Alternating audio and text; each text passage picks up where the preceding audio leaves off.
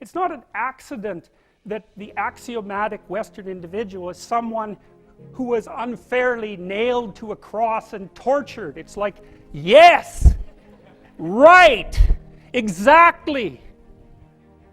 So what do you do about that? Well, I thought about that for a long time too. It's like, well, you don't get together in a damn mob, because all that does is allow you to be as horrible as you could possibly imagine and suffer from none of the consequences. That's a bad idea. So how about we don't do that?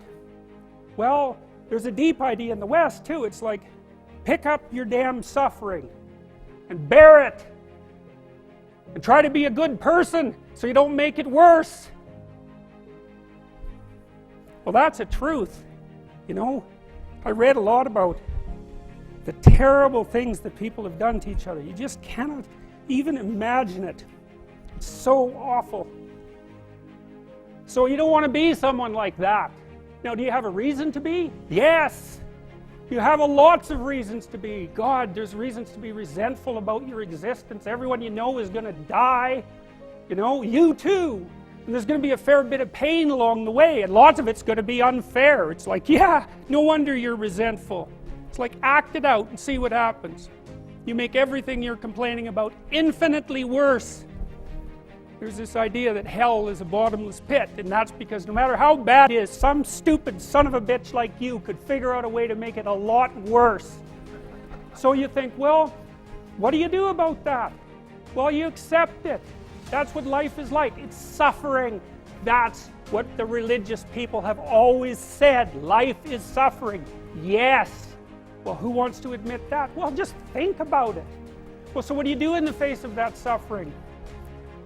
Try to reduce it. Start with yourself. What good are you? Get yourself together for Christ's sake, so that when your father dies, you're not whining away in a corner, and you can help plan the funeral, and you can stand up solidly so that people can rely on you. That's better. Don't be a damn victim. Of course you're a victim. Jesus, obviously. Put yourself together. And then maybe if you put yourself together, you know how to do that. You know what's wrong with you, if you'll admit it. You know there's a few things you could like polish up a little bit, that you might even be able to manage in your insufficient present condition. And so you might shine yourself up a little bit, and then your eyes will be a little more open, and then you can shine yourself up a little bit more, and then maybe you could bring your family together instead of having them be the hateful, spiteful, neurotic, infighting batch that you're like doomed to spend Christmas with. So then you fix yourself up a little bit, kind of humbly, because, you know, God, you're a fixer-upper if there ever was one. And then you got to figure out, well, can you figure out how to make peace with your idiot brother? And probably not, because he's just as dumb as you, so how the hell are you going to manage that?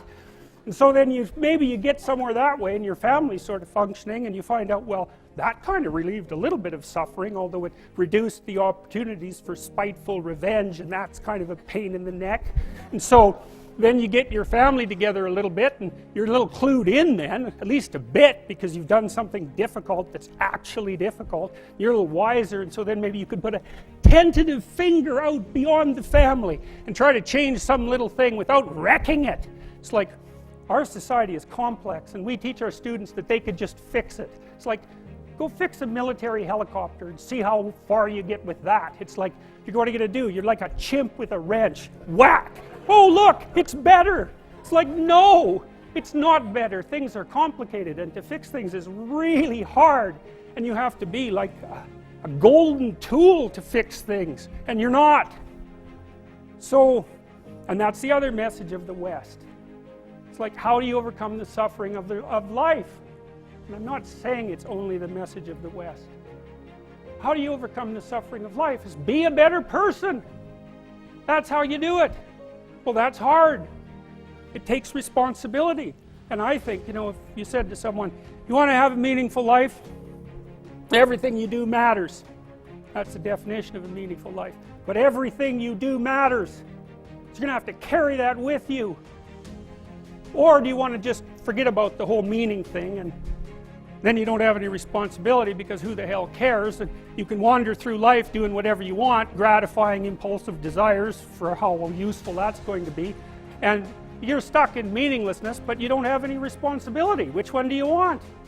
Well, ask yourself, which one are you pursuing? And you'll find very rapidly that it isn't the majority of your soul that's pursuing the whole meaning thing, because, well, look what you have to do that. You have to take on the fact that life is suffering. You have to put yourself together in the face of that. Well, that's hard. Christ, it's amazing people can even do it. I'm stunned every day when I go outside and it isn't a riot with everything burning. Because really, God, you talk to people, it's like, I knew this guy, he'd been in a motorcycle accident and it really ruined him, and he was like a linesman, you know, working on the power, and he was working with someone who had Parkinson's disease, and they had complementary inadequacies, and so two of them could do the job of one person, and so they're out there fixing power lines in the freezing cold, despite the fact that one was 3/4 wrecked with a motorcycle accident and the other one had Parkinson's. It's like, that's how our civilization works. It's like, there's all these ruined people out there, they've got problems like you can't believe. Off they go to work and do things they don't even like, and look, the lights are on. My God, it's unbelievable. It's a miracle. It's a miracle. And we're so ungrateful. College students, the postmodern types, they're so ungrateful.